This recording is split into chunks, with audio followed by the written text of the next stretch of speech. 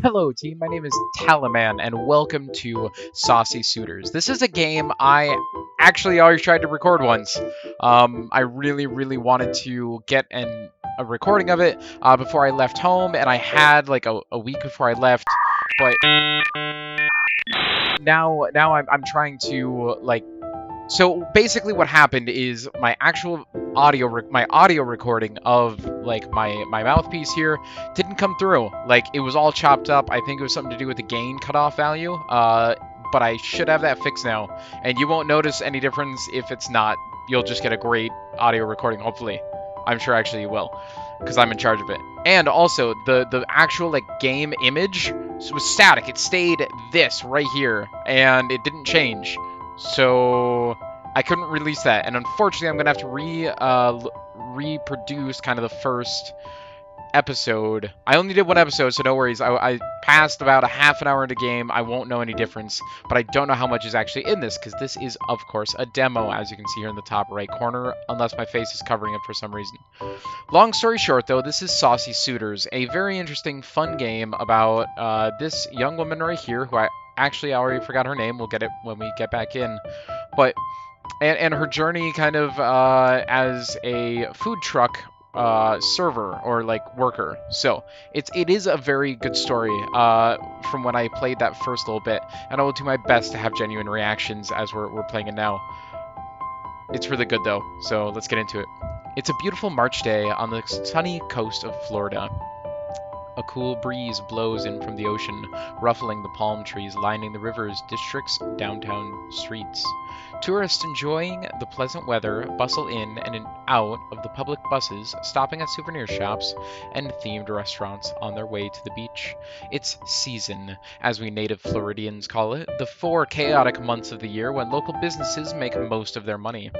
That includes the company I work for. I'm in charge of a food truck that sells standard American food, like hot dogs and hamburgers. In the morning, I sell coffee, donuts, and bagels. On Sundays, on days like today, I park my truck at Anniversary Park between the downtown river district and the beach and stay until the sun sets. The mid-afternoon sunlight glitters through the boughs of the park's oak trees. The inside of my truck is usually hot and mucky due to the grill and the fryers, but today's breeze is whisking away the ambient heat. Nice weather, steady sails, music on the radio, all the elements of a good day at work. But not even the prospect of raking in the cash is making me feel better today. My boss has been harassing me for my every mistake lately, whether big or small, and there are certain occupational hazards when you work in the food industry in Florida. Excuse me, miss! Is it ready yet? How much longer are you going to make me wait? The crusty old man glares at me impatiently, arms crossed. He's wearing a gold watch, expensive sunglasses, and brand name clothing. The logo of a Northeastern football team is embroidered on the front of his baseball cap. This guy checks all the boxes for an obnoxious rich guy on vacation. A few minutes ago, he approached my truck and asked me to replace the hot dog he ordered because I served it to him cold. I thought that sounded strange, and then I glanced at his receipt. Turns out I sold him the hot dog 45 minutes ago. Did he really wait 45 minutes to ask for a replacement, or did he realize he let his food get cold and wants a new one for free? Regardless, the company I work for says I must give out refunds or replacements on demand, with no questions asked. I take a hot frank from the boiling tank, lay it on top of a freshly toasted bun, and set the hot dog into a paper serving basket. He takes it and inspects my handiwork, as if he doesn't trust me to do it right. Finally, how hard can it be to put a hot dog together? You know, your service is terrible, just terrible. I stare at him blankly. He ordered the original hot dog with a toasted bun, so in order to replace it, I had to wait a few minutes for a new bun to toast. That's what counts as bad service to him. I feel like saying something like, maybe I'm going slow on purpose because I don't like you, huh? But of course, I don't. How should I respond to this? I'm gonna bite my tongue and be polite because I'm getting paid to do this. And even if one customer is rotten, I can't let that destroy my reputation, unfortunately. Ugh. I want to defend myself, but I'll get in trouble if he complains to the main office. And excuse me for 1 second.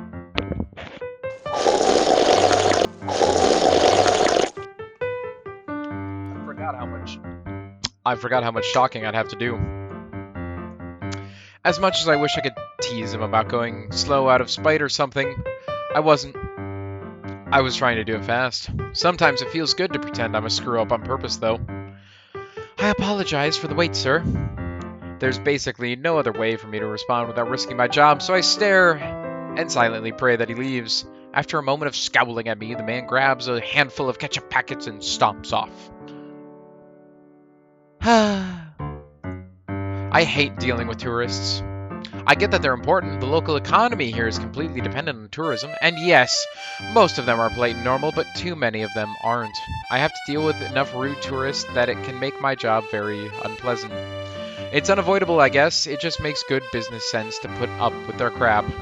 So here I am, watching a sunburnt old fart walk away with a free hot dog after he let his last one get cold. I feel a deep urge to wad up some napkins and throw it at the back of his head, but I resist. The next person in line approaches the truck window. It's a boy, about 10 years old. He's a bit lanky looking. Judging from his pale complexion, slightly sunburnt face, swim trunks, and kitschy souvenir shirt, he's obviously another tourist. Excuse me, ma'am? Do you have poutine? His voice is squeaky, like a little kitten still too young to meow correctly. Poutine, though. He must be Canadian. If he is Canadian, that would explain the politeness so far. But we don't serve poutine. I feel bad having to let him down. No, I'm sorry. We don't serve poutine. The boy's hopeful smile fades. Oh, okay. Sorry, kid. I'd make it for him if I could, but I don't have the gravy or cheese curds. The kid looks at the menu sign resting against the side of my truck. If he wants dressed up french fries of some kind, I have a few different varieties, but he seems hesitant to pick one. Then I guess I'll have... The sentence trails off as he gazes at the menu. He doesn't seem interested in anything. I don't want him to walk away without buying something for the money, of course. That's my job. But also because I'd love to make him some good food that makes him feel happy.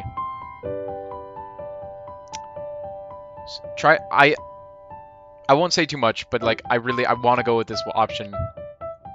So I'm going to try and make him some poutine anyway. Looking around the inside of my food truck, I get an idea. You know what? Even though I don't sell poutine, I might be able to make you something close to it. Huh? Really? If you don't like it, it's free. But if you do like it, great! And tell your parents and come back tomorrow, too. You mean if I don't like it, I don't have to pay? Yep. Okay, that sounds like a pretty good deal. The kid grins and nods, and I get to work. I have the fries, of course, so I throw a batch into the fryer. Then, I toss an order of mozzarella sticks into the second fryer. As they cook, I help the next person in line. The kid watches me curiously. Once the fries are done, they go into a wax-lined paper basket like usual, but the mozzarella sticks go straight from the fryer to my cutting board, dribbling sizzling oil along the way. Using the blunt edge of a pair of tongs, I mash them up gently. The mozzarella sticks are still molten lava hot, so the melty cheese oozes out of the fried breadcrumb shells as I mash. When it no longer resembles sticks and more like steaming, stringy hot cheese goop, I scrape the mozzarella into the fries. Next, I take the lid off my big container of pre-made pulled chicken. I put some pulled chicken on top of the mozzarella, but there's something even better in here to add. At the bottom of the container is a saucy liquid created by the chicken's moisture and sauce settling to the bottom. It's too thin and watery to be gravy, but I scoop some out with a spoon and drizzle it on the fries anyway. And to top it all off, I put a small amount of barbecue sauce on top in the shape of a smiley face. Okay, this doesn't look anything like poutine, but I tried. Thanks for waiting. Here you go. I hand the culinary chimera down to him. He looks a bit confused, so I explain. I don't have any cheese curds, but I do have mozzarella sticks. I've read somewhere that you can replace the curds in poutine with melted mozzarella, I think. And I don't have any gravy, but the gravy for poutine is usually a chicken or turkey gravy, right? So pulled chicken might be sort of close to the same flavor. Our pulled chicken is excellent, I promise. It's moist and tasty. And the sauce on top is barbecue for the full American experience. For a few seconds, he seems to not react to his fries, mozzarella chicken meal at all. But then he smiles. I've never seen poutine like this before. I like barbecue. And is mozzarella the same cheese on pizza? Yep, same cheese. He pulls at one of the fries curiously. It slides out of the pile with strings of cheese and chicken stuck to it. He pops the fry into his mouth, and a second later his expression changes to delight. Yes! Success! How is it? It's not exactly poutine, but it's so good. Thank you so much. I feel a warmth bubble up from my chest. Pride! Pride in my craft. If he decided he didn't want it, I wouldn't mind just eating it myself and writing it off under the customer is always right policy, but if he actually likes it and pays for it, hey, that's even better. If you change your mind and decide you don't like it, you can bring it back for a refund. But if you do like it, tell your parents how good it was, alright? My truck will be here tomorrow and on Friday for the St. Patrick's Day block party. Block party? It's a huge festival happening in the River District this week, and for St. Patrick's Day. It officially starts at sunset on Friday, but there will be lots of vendors and food trucks set up here during the day, too. Okay! Thank you so much! I charge him for a standard order of fries from our menu. No extras. He puts $1 in my tip jar after paying. Nice! As he walks off, I give a little wave goodbye. It's feeling better now. I'm feeling better now. Maybe I have a soft spot for kids? Or maybe all I needed after dealing with Hot Dog Guy was to interact with a normal, polite person. As I begin to help the next customer, my mind wanders back to the poutine. We really do get tons and tons of Canadian tours this time of year. That kid might not be the first customer I've had who was looking for poutine. I think I got a request for it last year too. Poutine could potentially be a huge seller around here during the season. Maybe I could suggest it to my boss. Not that I get any kind of raise or bonus for having a good idea like that. I could try to do it myself, start my own business. Maybe my own food truck? 1 second. Oh, it's so unprofessional of me to drink in the middle of all this, but wow, this game has so much shocking, because obviously that's what you do. But then I start thinking about the logistics. No way in hell I can afford my own food truck. And real poutine uses cheese curds. Finding a commercial supplier for cheese curds in Florida would be hard since poutine isn't popular here. I'd need the gravy too, and I'd have to keep the final product at an affordable street price. I would have to sell amazingly to justify spending so much money on the truck and an outdoor food vendor permit, which the city might not even grant.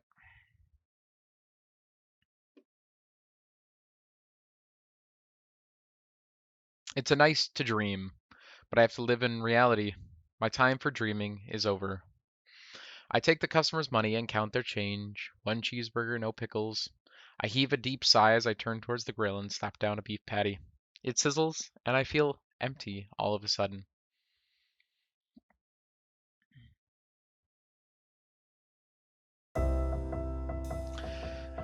After the sun sets, I pack up the truck and head out.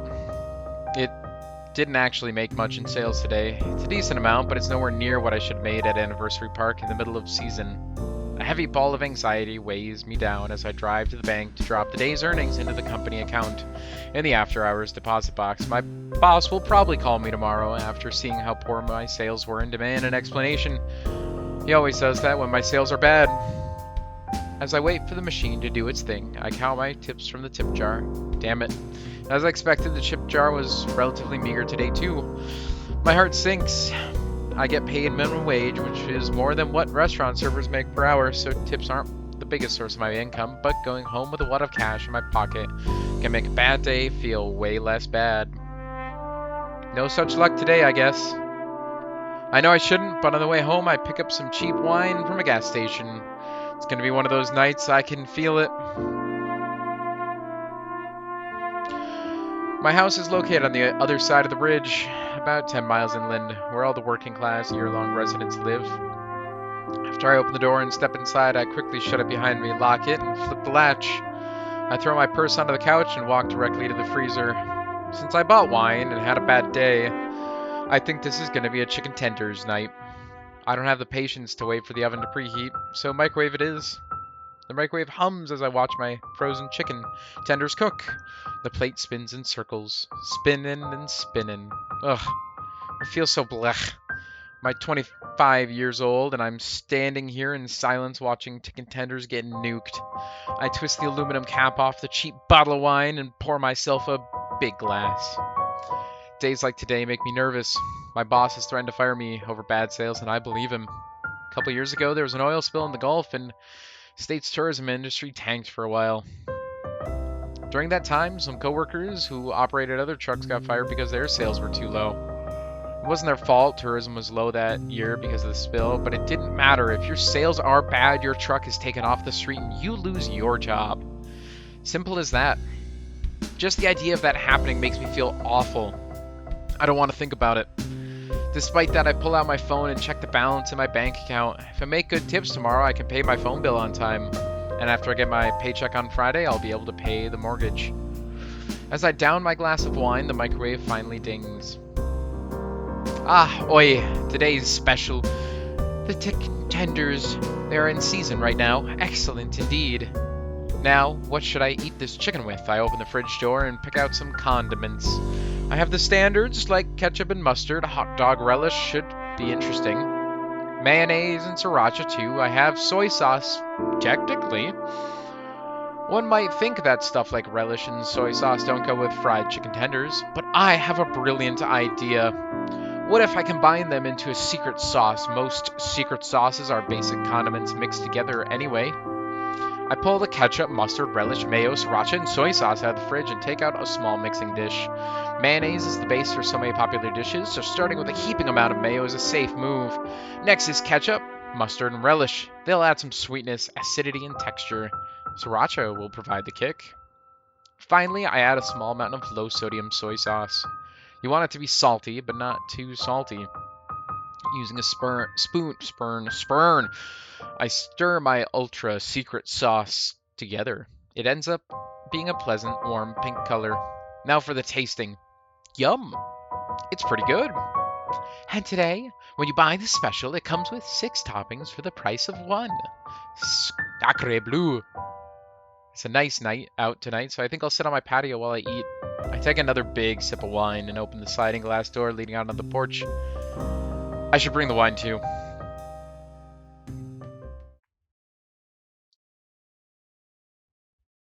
It was always my dream to become a professional chef. Both of my parents were chefs. They raised me to have an appreciation for food, but I've never been good at school, and culinary school in particular was harder than I expected. And then during my second year of culinary school, my parents passed away. Everything in my life became crazy when I lost them. Long story short, I couldn't keep up with school and dropped out. Of course, I still have to pay back the student loans I took out while enrolled. Quitting didn't make them go away. And paying the mortgage on this house is my responsibility now. I won't let my parents down.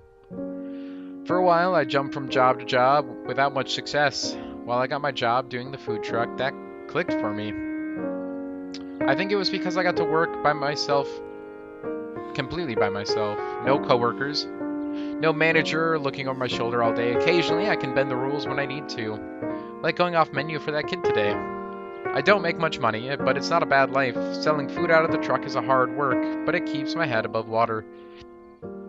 I should be thankful to have a stable job. If I can just keep it up, I'll pay off all my debt eventually.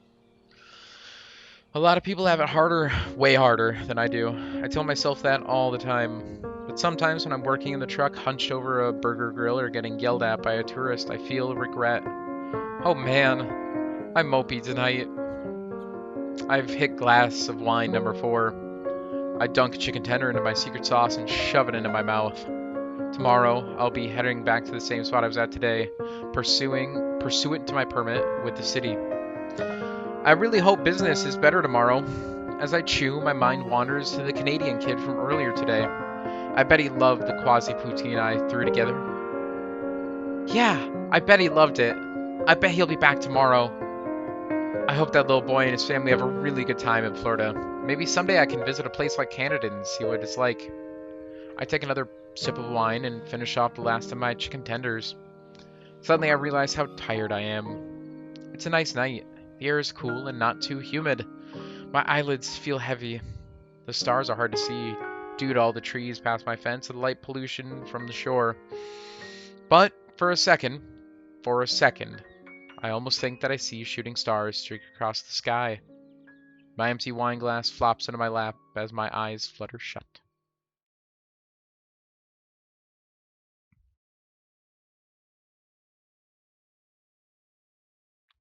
Okay.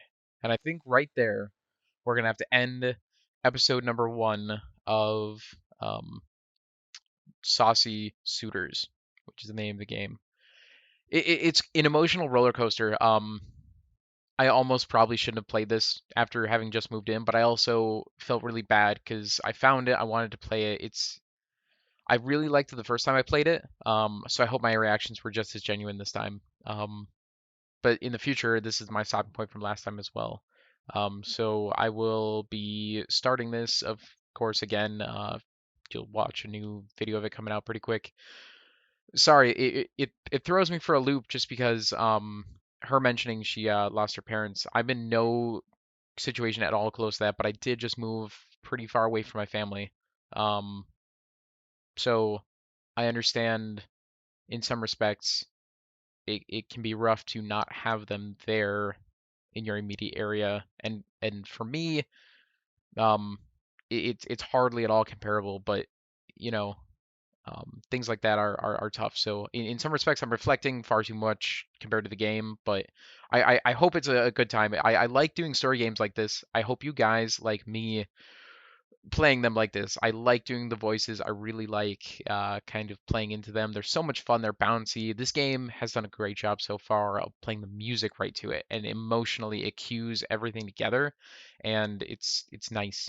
It's very nice. So if you're enjoying it, let me know. I would love to hear about it. If you have more games like this that you would want to see me play, feel free to let me know. Otherwise, I'm just gonna be playing this some more, and you'll see more videos of it coming up on the channel. Thank you so much for watching. Thank you guys so much for watching this. I don't know where that accent came from. Thank you guys so much for watching this episode of Saucy Suitors, and I can't wait to see you guys in the next episode, episode number 2. So watch out for it, and thank you, and I will catch you in another episode. Bye-bye.